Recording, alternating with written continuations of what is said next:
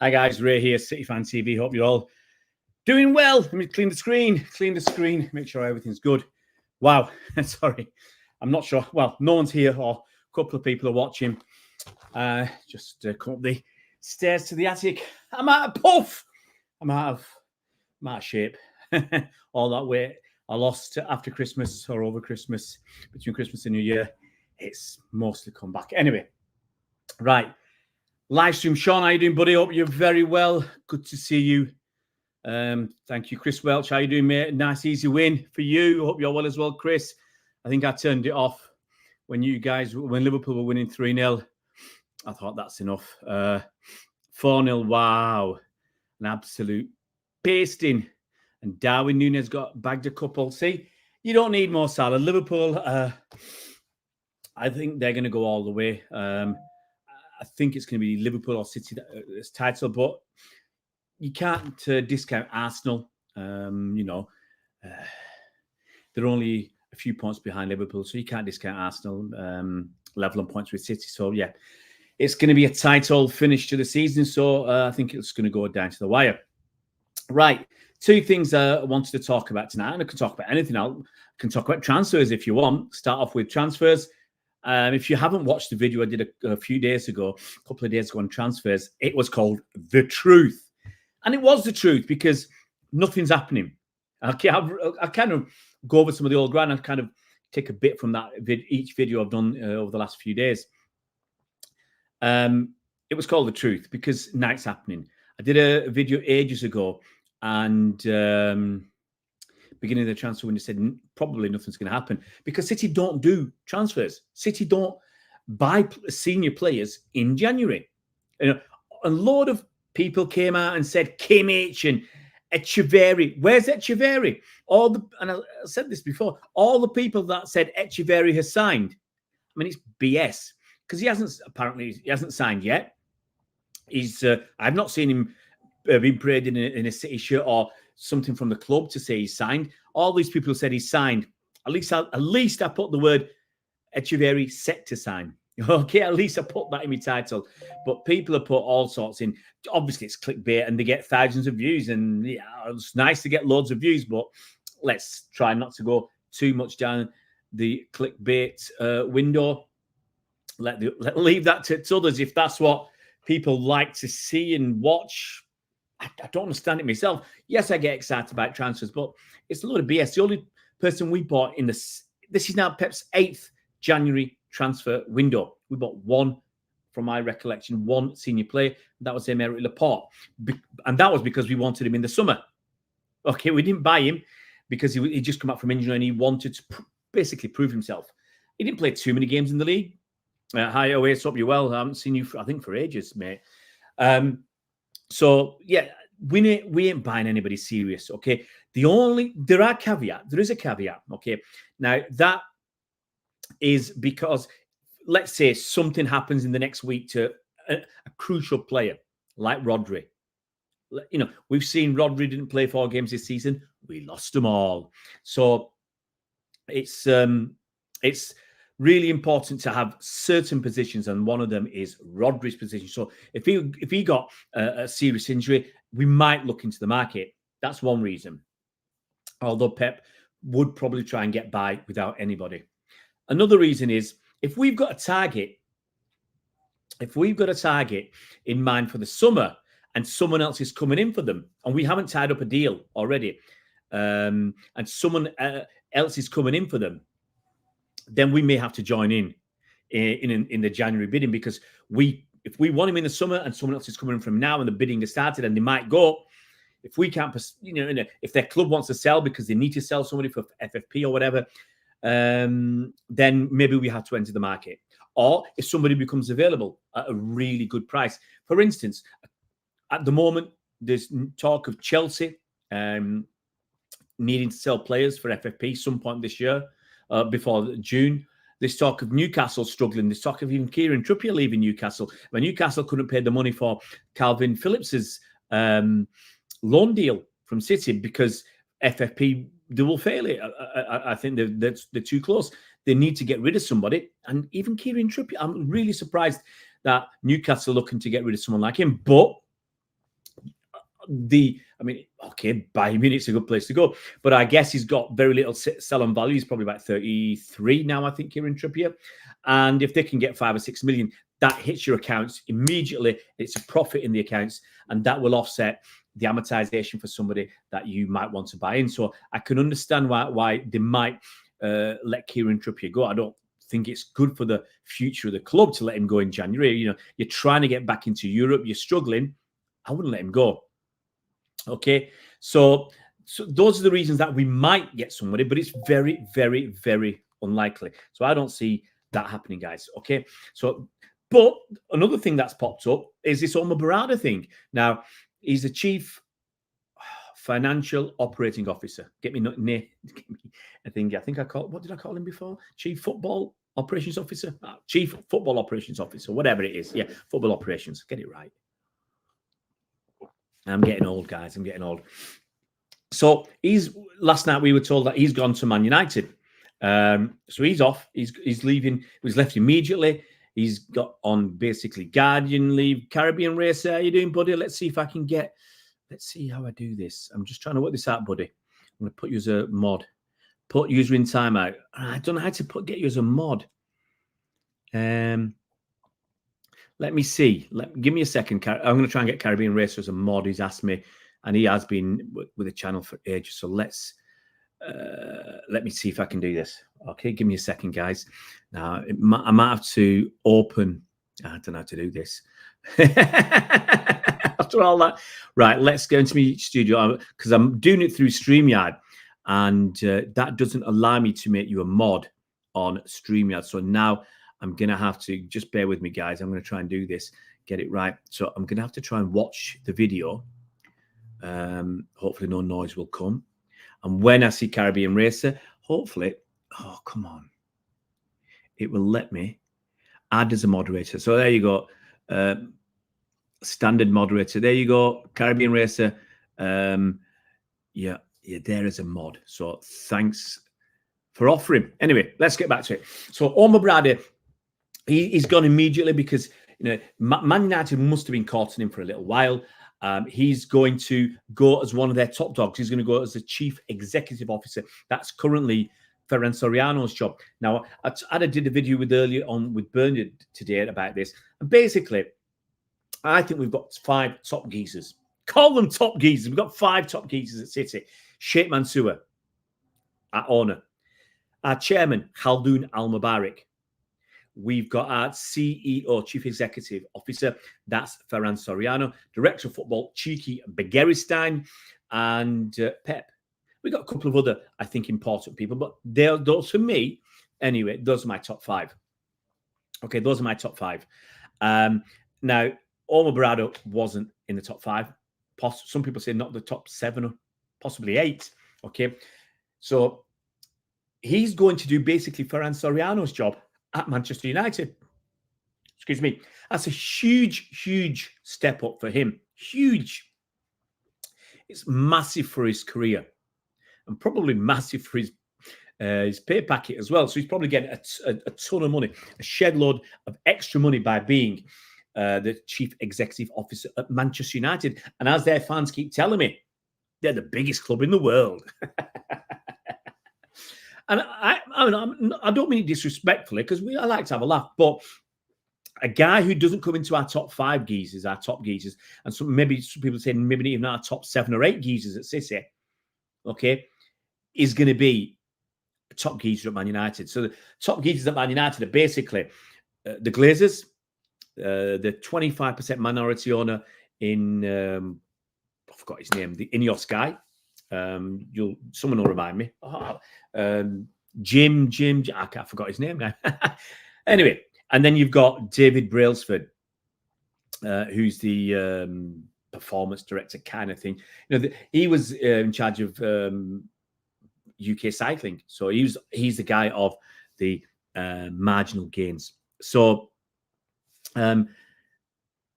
after that, then that's why I look at it. After that, you got Omar Berrada. Okay, so Jim Ratcliffe, that's his name. I knew he's floating around. Glad no one had to tell him. Glad you guys let me remember. So Omar Berrada's gone off there. He's got top job. Now, possibly, he's involved with transfer business as well as Cheeky. I think Cheeky. I'll read this in a minute. Cheeky, I think, is the guy who looks at the talent and whatever, and Omar Berrada is one who I think does the deals.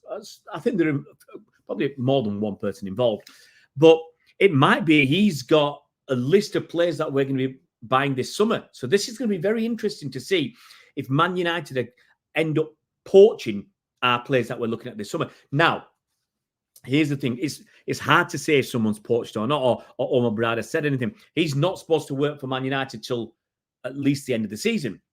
Now, it'll be City will know, because if suddenly Man United going for 3 or 4 of City's targets, then City might have an inkling that Omar Berrada's done some chit-chat. He's had, when he shouldn't have.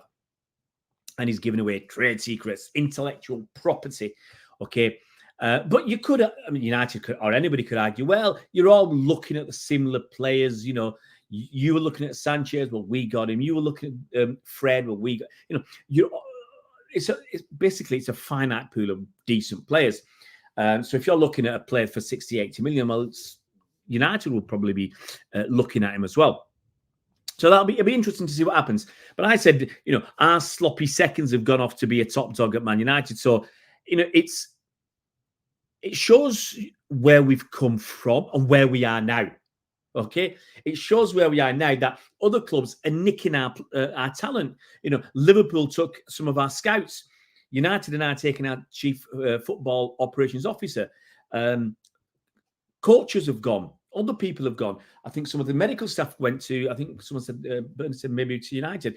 But other clubs are taking our players. Not our players, but our staff. They get some of our players as well. But it shows you how appreciated they are, how valued they are, how good they are. And they've been good at City. So, his only option at City, as long as Ferran Soriano was there, then Omar Berrada was never going to get the top job. He was never going to get it. So this is a good step up for him. We'll see what he does. It'll be very interesting to see what he does. Let's go through some of your comments, guys. And then I'll get on to the FFP and you can ask me questions. Yeah, people make too much about Salah. Yeah, says Chris. It's very quiet. FFP is an issue. Everton obviously struggling. Forest have failed FFP. Newcastle struggling with FFP. There's 3. A lot of teams. It's very, very difficult, and the risk is like what Leicester did a few years ago when they were in the Championship. They knew they were going to fail FFP, but they put everything on getting promoted, and that saved them. That saved them from a huge fine, points deduction, possibly administration. So they got very lucky. Other clubs they'll look at it as well. They might take a punt to stay in the Premier League. If you can stay in the Premier League, it's worth it. It's worth it if you can stay in the Premier League, but you're still taking a risk, and that's the it's a catch-22 situation. But it's a tough situation. You're kind of between a rock and a hard place because you're facing relegation. But if you spend too much money and you fail FFP, you might end up getting relegated next season because if you get docked 10 points like Everton did, you're in big trouble. You're in big trouble, boyo. So, I think teams are going to be very, very careful about spending money. City want apparently £7.5 million for Calvin Phillips' loan fee, for what is in effect 4 months. You got February, March, April, and most of May. Maximum 4 months, £7.5 million, and you're gonna have to pay his wages. I said it would be the best part of 10 million quid. Now you've got to look at it. Palace are looking at it because they're near the bottom. Newcastle struggling. They want him. Quite a few clubs, 7 or 8 clubs. There was talk of Bayern Munich, PSG, Juventus. A lot of clubs want West Ham. They want Calvin Phillips. West Ham they were 6th. They're probably still 6th, but they had a chance today, didn't they? They had a chance to consolidate that and close in on Spurs. And poor West Ham, they got that. Was it Sheffield United got that 103rd minute equaliser? West Ham are sat there. They're still in 6th. 3 points ahead of United, played the same number of games. Brighton are 4 points behind with the game in hand. So West Ham still in touching distance, still in the Europa League spots. So they might look at it and say, do we take a risk? Because we're not far away from not being in Europe next season, because Brighton are 8th. Okay, the lowest it'll go down to is 8th for Europe, I think. And currently they're not in the European slots. And they're 4 points behind West Ham with the game in hand. Win that, they're 1 point behind. West Ham could easily drop out. Excuse me, they've got injuries too. I think it's long-term. Antonio is out for a while, and there's someone else out for a while as well. So, they may look at doing it, but, money is tight. Money is tight. Evening now, Ace, hope you're well. Long time no see. Nice to have you back. I did a video with Bernard today talking about FFP. I think I mentioned what I made a big cock up. Tickets went on sale last Monday. Now, I can't remember. I was busy on Monday. And normally they do it, they stagger it. And it takes days to sell the tickets. It takes several days. So I wasn't worried that wasn't about on Monday. I thought, I'll get my ticket on Tuesday, and I forgot. Now, I've got plenty of points. There's no problem with my points. And I thought there's 9,000 tickets, so I'll leave it till Tuesday. Halfway through Tuesday or whatever, sold out. We'd sold, was it 8,900 tickets or something? So, yeah, it sold out in less than 2 days. So I'd already spoken to a mate. About going to stay. It is on Friday night, because I'm going to see some friends on Saturday. So it would work really well for me. Go and see some friends down in South London on Saturday. And I'll go and see my mate on Friday night, stay with him after the game. Hey, give us a thumbs up if you enjoy what you see. So I thought I'll go and see my mate, Cam, Liverpool fan. Some of you might know him on Twitter. So that is difficult now. I'm going to end up going on, unless I can get, I've been asking around for a spare, but I'm not sure that's going to materialize. And all I can do is kick myself. I was really, really looking forward to going down. Had the day planned out. Go down early on Friday, nip into hotel, drop my car off, go up to Camden Town, maybe go to Bicester Village on the way down. It's too expensive now there. But go there, then go to Camden, drop my car in the hotel, and then go and watch the game. I wouldn't have gone to an hotel. I'd have dropped it probably somewhere near the ground, and then driven back to my mates in South London after the game. I mean, got there about midnight, but still. And I all planned out, and then the big thing, I didn't get the ticket, so I'm really kicking myself. That Sean Harlan and KDB back will be huge, absolutely. Caribbean Race said, lovely to have you on.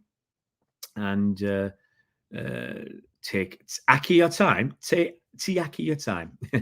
It's going to be a City plan. Oh, who's that? Omar Berrada. Need to change passwords again then. Oh, yeah, because the Liverpool scouts, we didn't change our passwords. They were still using our database a year after they'd left. Just check my messages. Hey, Manchester Blue, how you doing? How you doing? The Manchester News printed his old tweets. Yeah. Look, it was one where he was at the airport or something in the lounge waiting for a flight. He said, I'll watch Man United. I think they're playing Spurs or something. I can't remember now. He wanted them to lose. Hey, Bill, how you doing? Ticks 14 clubs to get rid of FFP. Yeah, well, it's going to be interesting, because some of them will look at that and say, some of the owners will look at that and say, we want to spend a bit more money. Now, if someone like Aston Villa, they might think, and Newcastle, with spending a bit more money, we're doing reasonably well, but that might catapult us. Villa would love to spend more money and cement a place in the top 4. They would love to be able to do that, but FFP might be what's going to stop them doing it. So there'll be some clubs who might say we want to take that risk, because you can't compete. And this is the thing where people talk about, it's unfair and all that. You can't compete. The example I give, just because I know the numbers, Newcastle, okay, the last set or previous set of accounts, the 2022 accounts, they had a turnover of just over 200 million euros. Okay, Liverpool and City, 700 million euros plus. City's numbers now are about 824 million euros. If Newcastle's are 300, massive difference. And it was over 500 million euros different. Okay. So City have got so much more spending power when it comes to buying players, paying players, getting more staff and paying them. Now, It's not always the case. Leicester and Brighton and others have proved it. But sometimes it usually is. There's a massive correlation between the highest wage bill. The teams with the highest wage bill usually fill the top 3 or 4 slots in the Premier League. That's how it works.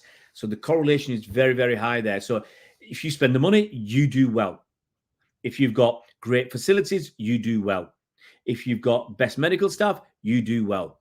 Yeah. If you've got best staff behind the scenes, you do well, because the staff behind the scenes, like Omar Berrada and others, they're bringing in massive sponsorship deals, which allow you to go out and buy Haaland. I think I was listening on the radio. They said he was instrumental in the Haaland deal.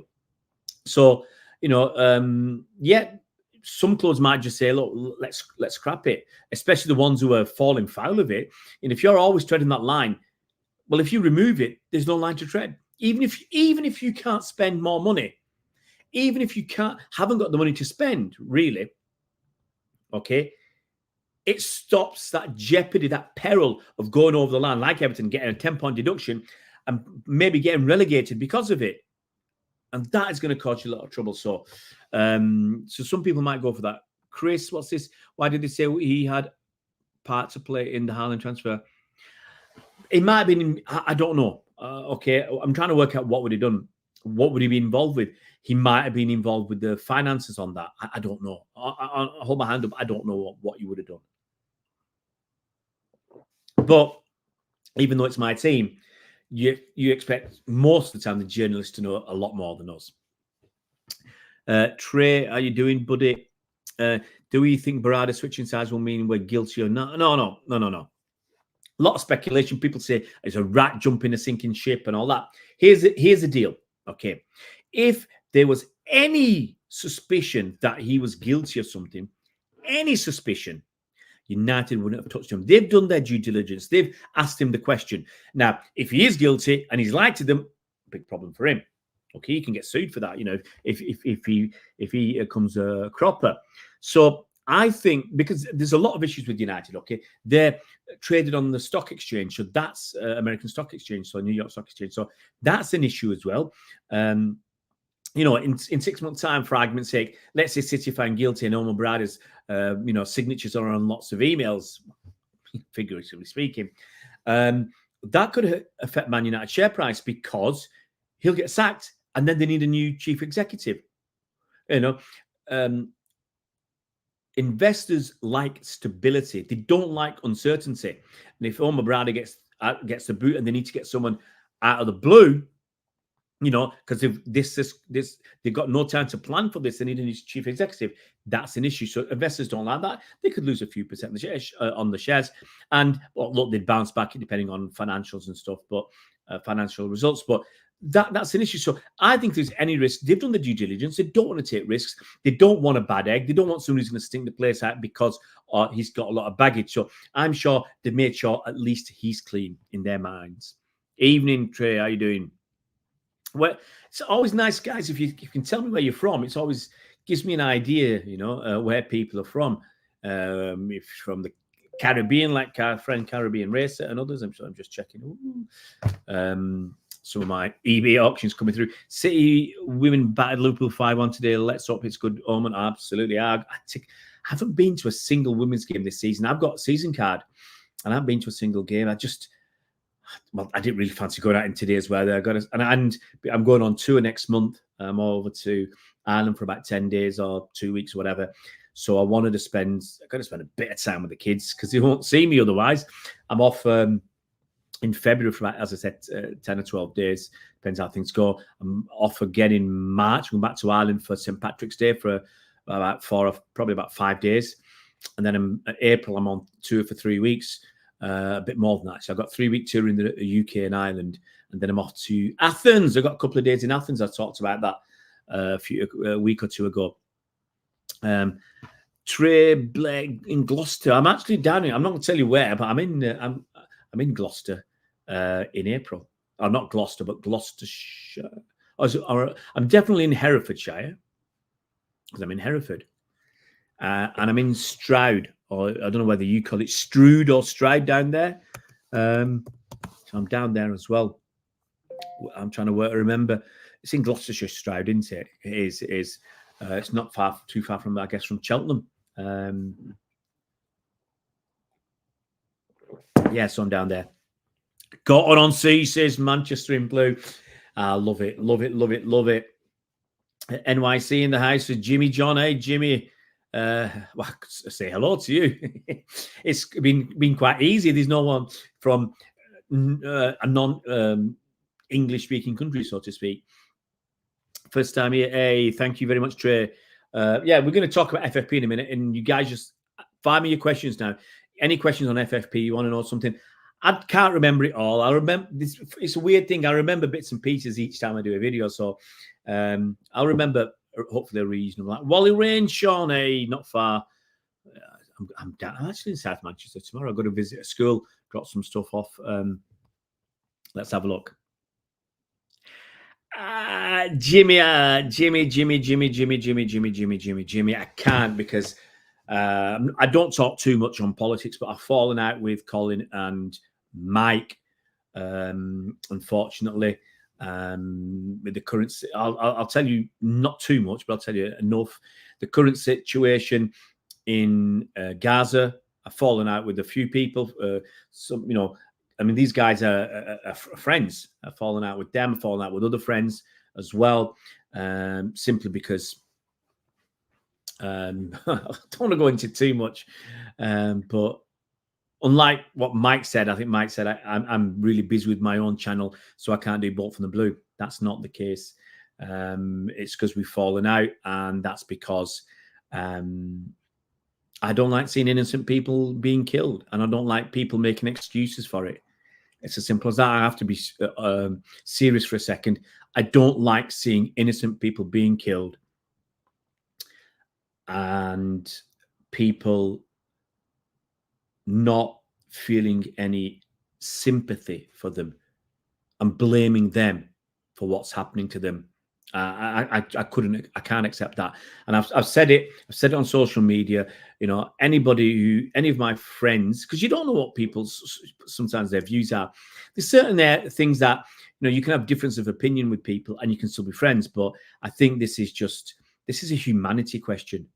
It's a humanity question, and if you haven't got the humanity to condemn what's going on, sorry, you're not for me. And I told people, if you follow me, please don't follow me, because a lot of my timeline is stuff that's going on, in politics now, whether it's in the UK or abroad, because it's affecting us all. As I said, I'm not last thing. It's affecting us all. People struggling for money unfairly in a lot of cases. It affects us all. So I've got to, I'll stand up for them. And look, I'll do things I've done plenty of stuff in my life that's wrong. Okay, that.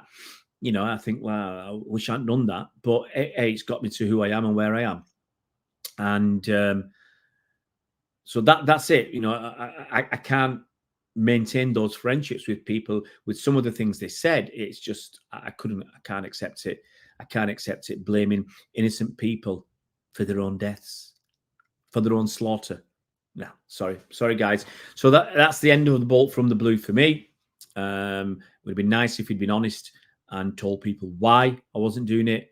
But hey, there you are. I've broached that. So I fall out with a lot of people. I'll be quite honest. I fall out with a lot of people because I have some principles. I might be a bum sometimes, but I do have some principles, and there are lines. There are lines. When I on Man City Fan TV, there was a line, and I had lots of falling outs with Andy. Lots of arguments, but there's a line, and he crossed that line, and I didn't want to be on the side. I didn't want to go on his side of the line because it's not who I am or what I want to be. So that we parted company. So people might say I'm a trouble causer or whatever, but no, I've got principles, and just because we support the same team, if someone, I've got people who I used to get on with years ago on social media, then you find out that they're racist, or the sexist, or the homophobic, misogynists, Islamophobic, all sorts of phobics. And I'm just thinking, just let people be. Just let people be. As long as someone's not hurting you or hurting others, let them be. You might not agree with something that people do, but so what? Yeah, You know, it's taken me a long time to get to this situation. It's taken me a long time to get to this sometimes peaceful situation. Just let people get on with them, with what they're doing. But when you cross that line and what you're doing or saying is affecting other people, or you're being nasty to people. You know, I've got people who have been really nasty to other people, and they thought that was all right. You know, one guy, I won't say who it is, City fan, he used to make fun of me because of my job. He looked down on me because of what I do for my job. He looked down on me and he laughed at me and telling people, oh, he does that. Look, I'm very proud of what I do. People can laugh at me, but I'm very proud of working. I do a lot of work in special needs schools. You know, I'm very proud and privileged to do that job. So you can make fun of me about what I do, but, you know, I just won't be your friend. Simple as that. Because what I'm doing, I think, I love it. I absolutely love it. I love working with the kids, working with the staff. Absolutely love it. And I wouldn't change that for the world. And anybody can make as much fun of me as they like. I love working with those kids, and I'll keep doing that. So I'm not going to let them put me off. Dan, well, let's look at the name. Darshil Dolakia. Where are you from, buddy? Oh, come on now. Going to tell me where you're from, Darshil. Start off by telling me roughly where you're from, and I'll see if I can speak some words in your language. Caribbean Racer 29. I don't know what 29 means, mate. I mean, that's probably that's something that happened about 5 minutes ago, mate. I can't remember. Hey, Dougie, how you doing, mate? Liverpool get another 3 points. Are you going to win it? Yeah, absolutely, mate. Choose your friends wisely. Looks like Dougie's the guy. I think you were the original, mate. Correct me if I'm wrong. Who suggested that Sven should manage Sven-Göran Eriksson, 75 years old. A couple of weeks ago, he came out and said he's got terminal cancer. He's 75 years old. He was ex-England manager, ex-Manchester City manager, ex-Sampdoria manager. I think was manager loads and loads of clubs. Leicester City off the top of my head. I was at Mancini. I can't remember. He managed another club in England as well. But he managed loads of clubs and national teams as well. And he's got terminal cancer. He said it was one of his dreams to manage Liverpool, but he never managed to do that. And I think it was Dougie who suggested there's a Legends game in March. Liverpool Legends are playing Ajax, usually managed by Kenny Dalglish. And I think it was Dougie who suggested that it should be Sven-Göran Eriksson. And they've reached out to him, and I think that's going to happen. You know, it gained a lot of steam. Dougie was on Sky, not Sky Sports. You're on Sky News. You're on Sky News, and that was really good. I did have a dig at the fella from the Anfield Wrap who said, yes, let's make it a joint campaign between the Anfield Wrap and Sky News and Sky. No, I mean, you don't. I mean, the thing about Dougie doesn't want the publicity, which is really humble of him. So, you know, big round of applause and shout out to Dougie for doing that. Choose your friends wisely. Absolutely, mate. You know, I've made those mistakes. I've chosen people, a lot of friends who bully me, and people say, "Well, you're a big guy. You know, how can you be?" But people bully because you want things. I like things to work. I want things to work, and you try and make things work with people who are not going to make things work, you know, and your friends or my wife is a pretty good judge of character. She said, that person, don't work with them. She did it years ago when I hired some staff for my business, and I had this manager, and she ended up stealing money from me. I had two managers. I had two offices, one in Manchester, one in Birmingham, and they were both stealing money from me. I mean, my wife said, don't do it. Don't hire them, because she's met them. I don't like them. But anyway, you know, I'm a guy. I'm a bit stubborn. Don't ask for directions, that kind of person. Jimmy, I completely understand, and I hear you. You got a fan here in the Big Apple. Hey, cheers, buddy. Cheers, buddy. I used to watch. I mean, I don't watch it now. I used to watch a few games from New York City FC. Jack Harrison, I think Jack Harrison was there. I'm trying to remember which other players. Frank was over in the States as well for a little while. Right, FFP questions. Fire away, guys. Throw your FFP, anything. We've got, well, let's say another 10 or 15 minutes, so throw your questions. And whilst there's a lot of people on, I'll keep chatting. No stopping me. I've already put 2 videos out today. I think I put 2 or 3 out yesterday. So I've got a ton of other work to do for my business, but I love doing these videos. I don't make money from it, you know, make a little bit of money, but it doesn't really pay for itself, this channel. But I like doing this to the detriment of my business at times. My missus say, "Oh, you got to do your work.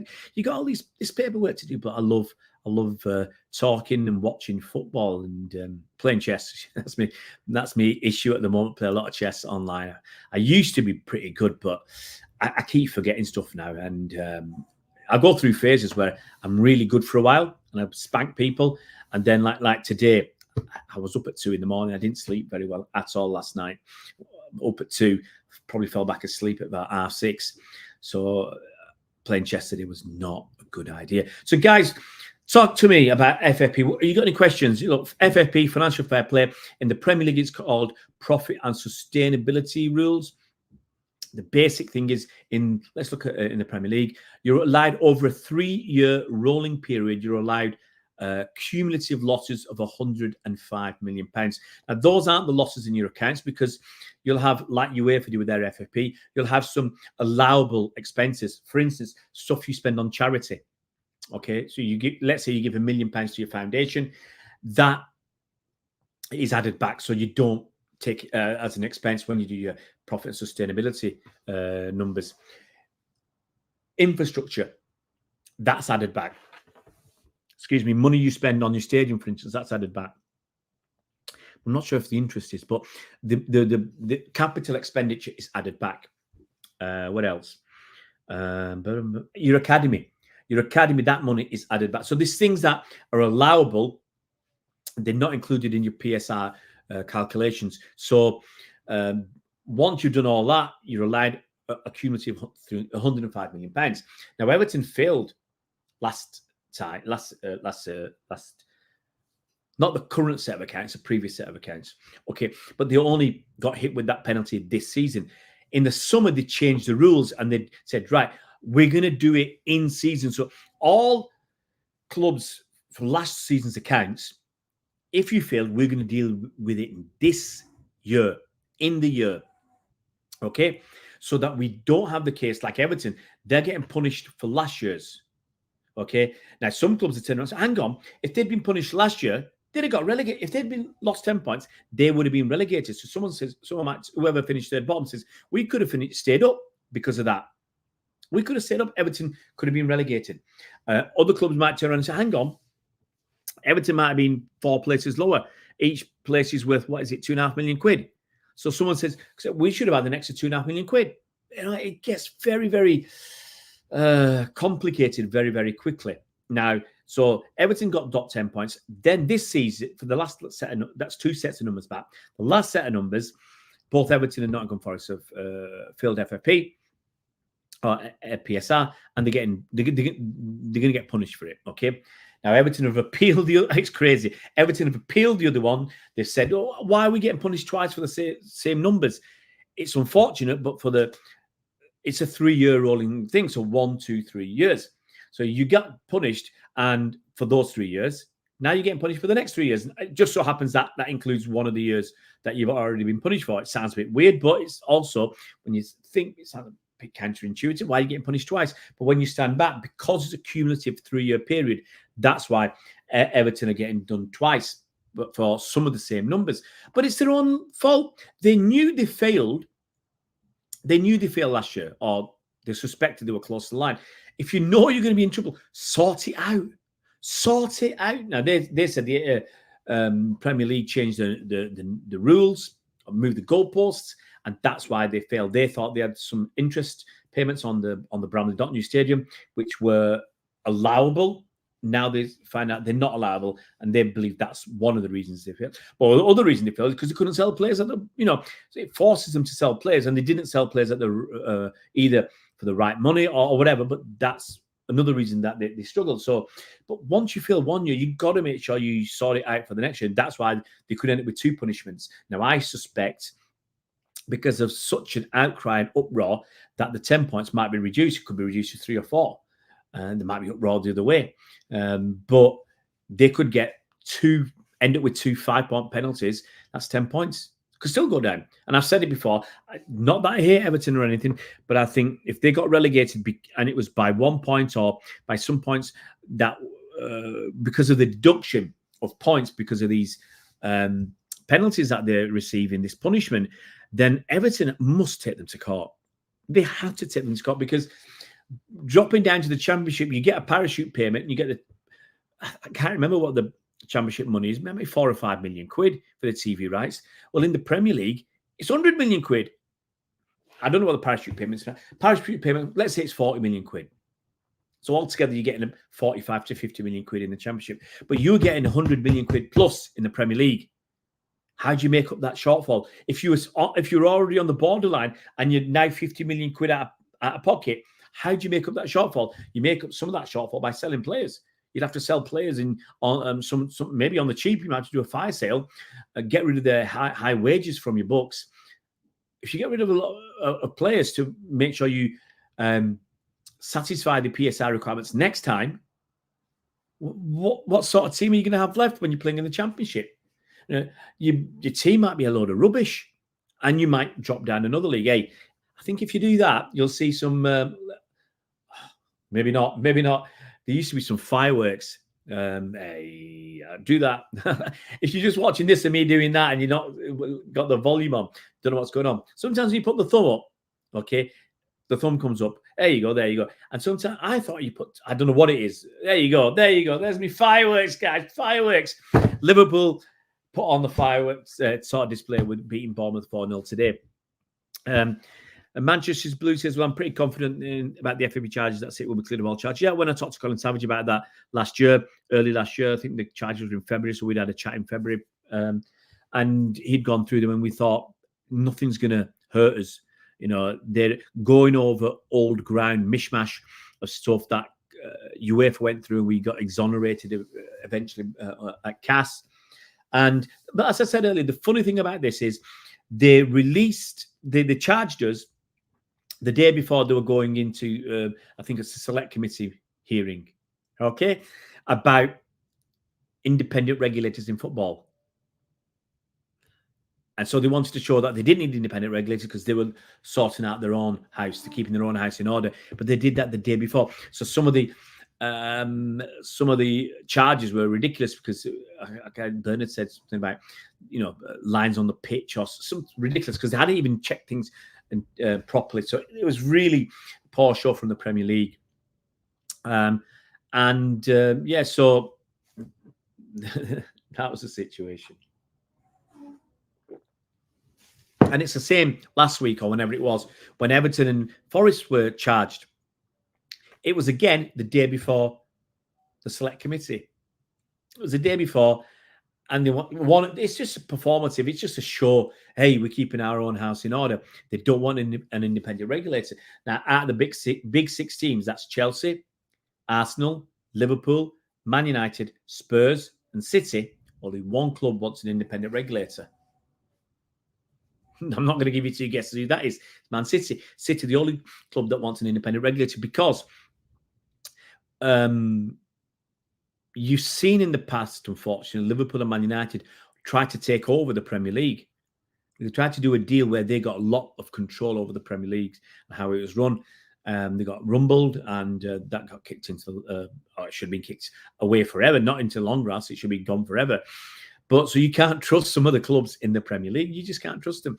They're all out for money, for making as much money for themselves as possible. So I understand that, but you don't like it. So it looks like we may end up with an independent regulator. City's the only club that want that, because they want it to be independent. They don't want to have other people influence stuff. You got directors, chief executives of other clubs on panels. That doesn't, when David Gill's ruling on something that City have done, I don't think it doesn't look fair, does it? Anyway, Sean says, Stefan, in that TalkSport interview made me feel a lot easier about City. Do you think that the outcome will quicker than we expect? Well, Richard Masters said, and this is another great one. He said, the date's been set, but I can't tell you what that date is. Fantastic. Can't tell you anything. And Stefan, in that interview on TalkSport, said that he expects the decision to come out of the blue, without any forewarning that it's going to come out. I've got a suspicion, because he said we won't even know what's going on. I think we will know what's going on, because there's always leaks. There's going to be a leak, and people will know what's going on. And I said, look, if your barrister or all your top legal bods are all missing for 3 or 4 days, someone will put two together, and I think it'll get leaked anyway. But it's too much from the Premier League gets leaked to the press. And Jimmy John says, how much influence has the Nasty Nine had on pushing the league on this witch hunt? Well, I'm not sure about the Nasty Nine, but did someone withdraw themselves from that? Or was it 10 and then one withdrew? I can't remember now. But they're like turkeys voting for Christmas, those guys, some of them. 9 out of 18 is a lot of influence because that's half the clubs. That's half the clubs, and you don't need much more to get a vote going in a particular way. You need 14 out of the 20 clubs, as Bill ABC TV says. So they've definitely got some influence, because if you've got 9 or 10 clubs, sticking together, that's you don't need much more. If you've got 9 out of 19, because obviously City are the 20th. If you've got 9 already out of 19, you just need 5 more. You need less. You need less than half. You need 5 out of 19. 5 out of 9. You need another 5 out of 9 to vote with you, and City are gone. So 5 out of 10, sorry. It's they'll definitely have some influence. What's this? Herbal says, imagine being one of the clubs who blindly chose to vote yes to FFP crap. I don't think a lot of them thought about the consequences in the long run. They just wanted to stop us. Yeah, I think that's true. And this is the thing. I did a video a couple of days ago about the Premier League. And if you take out the clubs who put outside investment in, that's Man City, Chelsea, the big ones who did that. Blackburn Rovers did that. Jack Walker put the money into his team. He bought the league. No question about that. Leicester, to a lesser extent, they didn't spend anything like anybody else, but they had the owners there who could invest a bit of brass. But they still had to work within FFP. But they were a peculiar case. They're a rogue case. But if it wasn't for those 4 teams, the Premier League would have been won by just 3 clubs, the ones who finished second in those seasons. They would have been Man United, Arsenal, and Liverpool since 1992. So that's 32 years or something. In the first 21 years, United would have won the Premier League 17 times. Arsenal won it 4 times. Do you think that's fair? Is that competitive? United won it under Ferguson. Ferguson was there for 26 years. They won it 13 times in 26 years. From 93, so in 20 years, he won it. In 21 years, I think Ferguson won it 13 times. Is that dominance? Absolutely. City have won it 5 times in, I think, 11 years. 5 times in 11 years. Less than half. Ferguson won it, I think, 13 in 20. Or 21.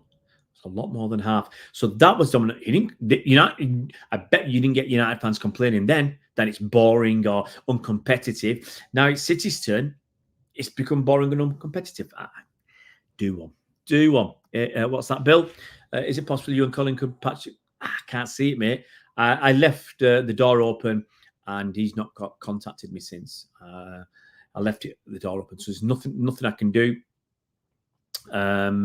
Nothing I can do about that. It's his choice. And frankly, now after so much time has passed, he's not made any moves to reconcile things. So I really don't think it's going to happen. I've done more to try and see if we could work something out than I would in other cases. But everybody's their own person. Everybody's their own person, and it's I'm not losing sleep over it. Let's put it that way. Caribbean Racer, that's it. The white paper on independent regulation, read 3. Thanks for that, mate. What's this? But they are heritage clubs, Ray. So they deserve to be. That's it. I had to go. No, I didn't have to go to Bernard. I said to Bernard, if we didn't win anything else now, we'd be great. We'd be partly grateful and happy for what we've had. I don't think we have the same level of feeling of entitlement that Man United or Liverpool have. Their fans. MT says we are guilty. I feel it. I don't know, mate. I know. Look, it's a tough one to call because I think there's lots of things pointing to that way, and we're not guilty or that they can't prove it. But because it's a civil case, it's on the balance of probabilities. So you got the two burdens of proof, they called it. So in a civil case, it's the balance of probability. So it's just like if you're working out percentages, it's just got to be over 50% chance that that this happened. Then a criminal case, it's got to be beyond all reasonable doubt. Okay? Not beyond all doubt, but all reasonable doubt. So, but this is the burden of proof is on the balance of probability. So I think if it was on beyond all reasonable doubt, not an issue. But obviously, it's a bit more up in the air when it's beyond, when it's balance of probabilities. Chris Faulkner says Pep's going to jump ship. Nah. Pep said last year he was riled up.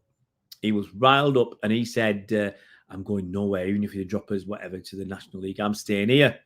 I'm going nowhere." So let's see what happens first. Let's see what the verdict is, and then we'll see if Pep has to be good to his word or not. Come on, Chris Faulkner. Come on, mate. You don't know if City cheats. What's that Caribbean racer? I don't understand all these. Yeah. So, guys, come on, hit me with any questions. It doesn't have to be about FFP. That was one I suggested we talk about. But any questions? It's nice to do this streaming. I don't do a lot of live streams anymore, and I don't get a lot of. It's a weird thing. You've got to do it regularly to get people to watch regularly, to get the numbers in, to get the flow going. That's for me. And if you don't do it regularly, you do it just occasionally, hardly anybody turns up. It's been a good night tonight. We've had at least 40 people on at one time. So it has been a good night. And that's what keeps me going. Now, I've done it a few times when you've had only a few people on and there's not many questions. Obviously, we've got busy lives. So you don't get a chance to go, to feel it as much as I'm feeling it now. I'm feeling the energy. Anyway, let's go through some more questions. It's not about being guilty or not. It's never a question of what you know. It's what you can prove in court. I refuse to believe our multi-billionaire owner is so dummy left evidence even if we did it. But here's the thing, Herbal. If you don't think you're going to get caught, maybe you do what you do. If you've got secret emails, look, here you go. Boris Johnson and a lot of the politicians, they lost their phone overboard, or their phone broke, or they changed phones and they didn't carry them WhatsApp messages. We know they're lying. We know they're lying, okay? So many of them. This happened to so many of them. Was it Rebecca Vardy? Phone dropped into the sea? Come on. Get real, okay? So they may think, well, no one's ever going to see these private emails. And then you get hacked, people see them, you get done. But even now, I think we're clean. I hope we're clean. Deb says, Omar never had a City Connect. He found a better job and left. Yeah, I don't hold it against him because what was his next job at City? There was talk that they wanted him to replace Cheeky. When? When would he replace Cheeky? If Pep left in a year next summer when his contract finished, and Cheeky said, "Yeah, I'm going to go as well," maybe that's an opening for. It'd have had an opening then, but that's still not the top job. The top job is Ferran Soriano's job, and I can't see him moving on because, like Pep as our manager, there's nowhere better than where he is right now. So, but he's now got the equivalent of Ferran's job at Man United. He's probably going to get a big pay rise. For argument's sake, he was on £2 million a year at City. Man United might be paying him 3, 4, 5. Who knows? Because, there's no way he's going for less money. They want their man. They'll pay for their man. Who is my favourite player from the main road days? Oh, well, okay. There's a few people I liked. Peter Barnes. He's probably one of my first favourites, Peter Barnes. I like wingers. I like David White. Those two stick in my head. Peter Barnes is the first time I could think of footballers that when I look back, who I remember, Peter Barnes was one. I'd watched football on TV a little bit before that, but Peter Barnes is the one that stuck in my head. Yeah, this Peter Barnes. He had that ball on a keepy uppy thing on a string or something. I used to go to school where I had a ball in a plastic bag. I used to do, keepy uppies with the ball in the bag because, I didn't have the Peter Barnes one, but I think it was a Peter Barnes one. And Peter Barnes, David White. Those are the two that stick in my head. I liked Dennis Stewart. I like Kazimierz Daniel because he was Polish. Polish was exotic for me back in those days. Jimmy says all of this from a doctored email from a known felon. Yeah, look, you can't always attack the messenger. He might be a crook or might be inside doing a bit of bird, but they could have been legitimate. But as I think Colin says, they were cut and pasted together, some of these emails, to give a different context. That's a lot of rubbish. Herbal says it's a fair point, right? It's true in so many instances in life. So in this particular case, I'm right. This case will be huge when it starts. We all have to stand together. That's why I said if Everton get relegated and they sort the FFP out and take them to court and sort the FFP out once and for all, but I think that's going to take ages. It's going to take ages if you try and take them to court. And all other clubs will look at that and say, there by the grace of God go I. Anybody could go down. Manchester Blue, Peter Barnes is brilliant. Yeah, died in a car crash a few years ago. King Clancy. Yeah, I forgot about King Clancy. I love King Clancy. I got a couple of pictures with him a few years ago. Back in the Man City Fan TV days. I got a picture with the King Clancy. He's put on a bit of timber, I tell you what. He's fatter than me. And wow, he was. I think he was taken aback by the love that the City fans still have for him. I remember I went to there's a guy I was chatting with who's the manager or owner of trying to remember now, Ashton. Not Ashton Underline, Ashton Makerfield. I think he was their manager owner, whatever. And they did a charity game.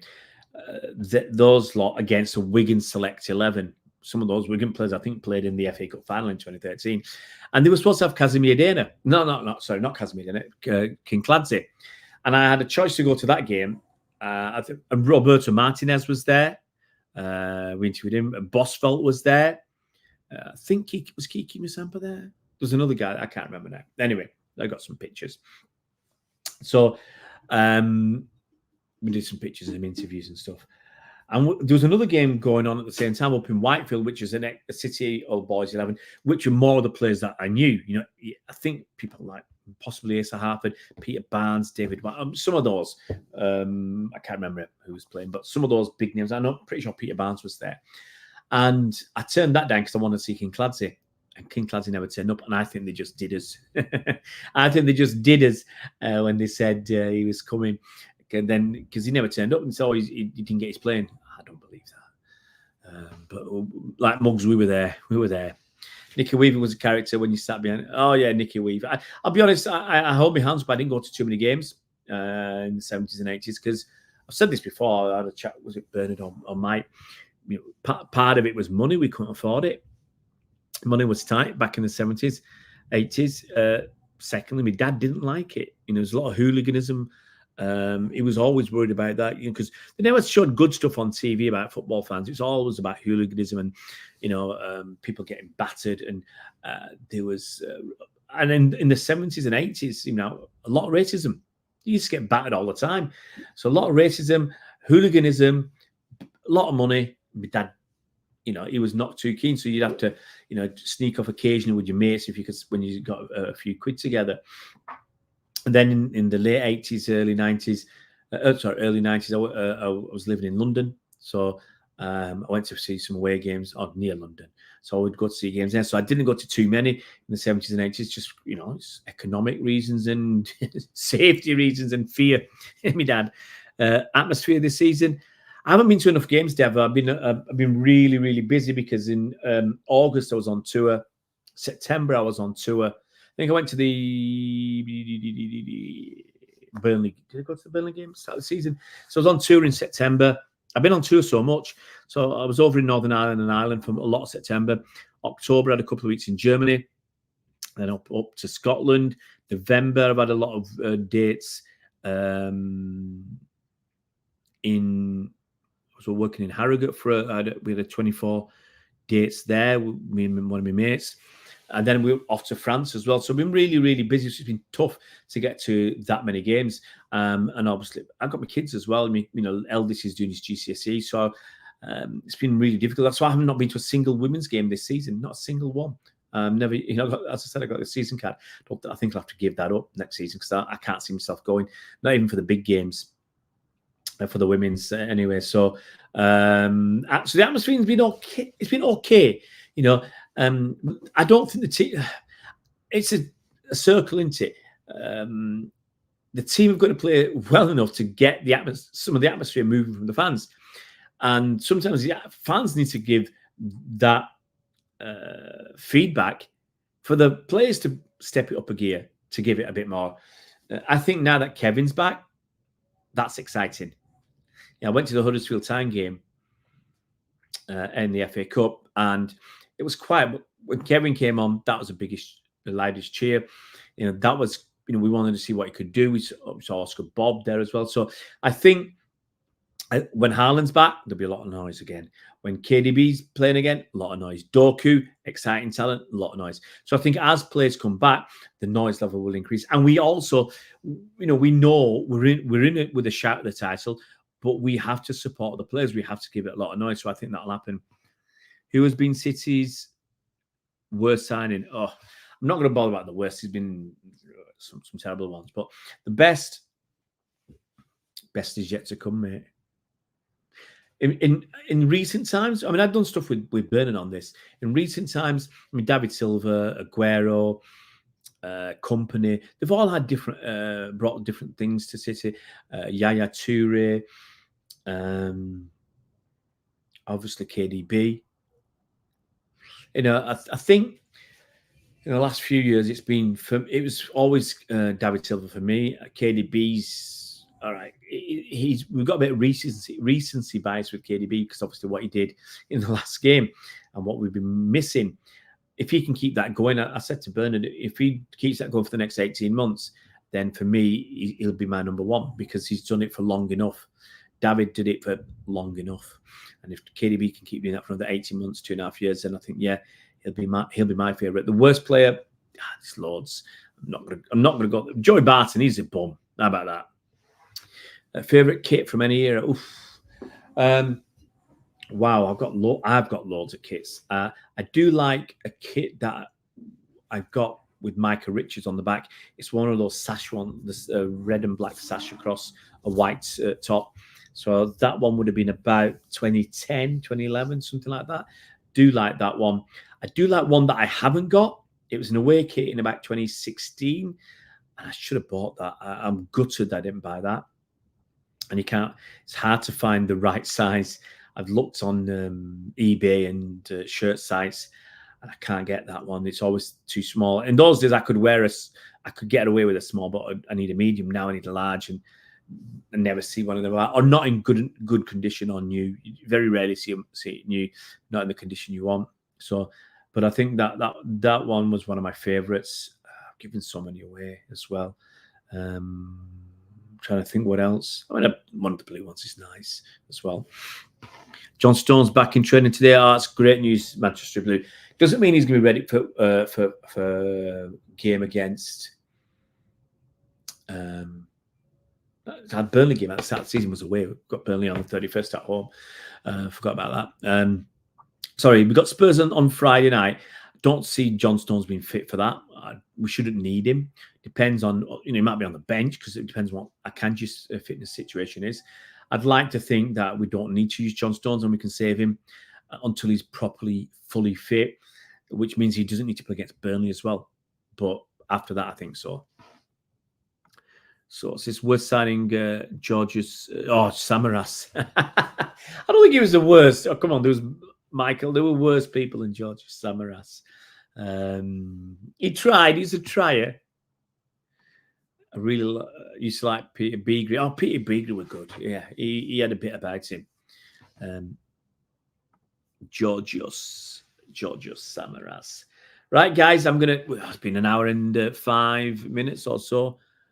It's been a lot longer than I expected. I've got to go and try and pretend to do some work. I've got Mrs. has booked me tomorrow. Uwe Rossler, 1993 to 95. Uwe Rossler. Oh, yeah. Mrs. has booked me tomorrow. I've got to do some work. Oh, what a life, eh? What a life. Guys, thanks for joining me tonight. I'll try and do some more of these live streams. It's just I've got to make time. Got to make time for them. And obviously no football on for such a long time. Made some time today. But thanks very much for joining me, guys. If you're new to the channel, please subscribe to the channel and hit that bell icon so you're notified as soon as new videos come out. Give us a thumbs up. Always nice to get those likes. Take it easy, guys. Stay safe. And we'll see you around the news.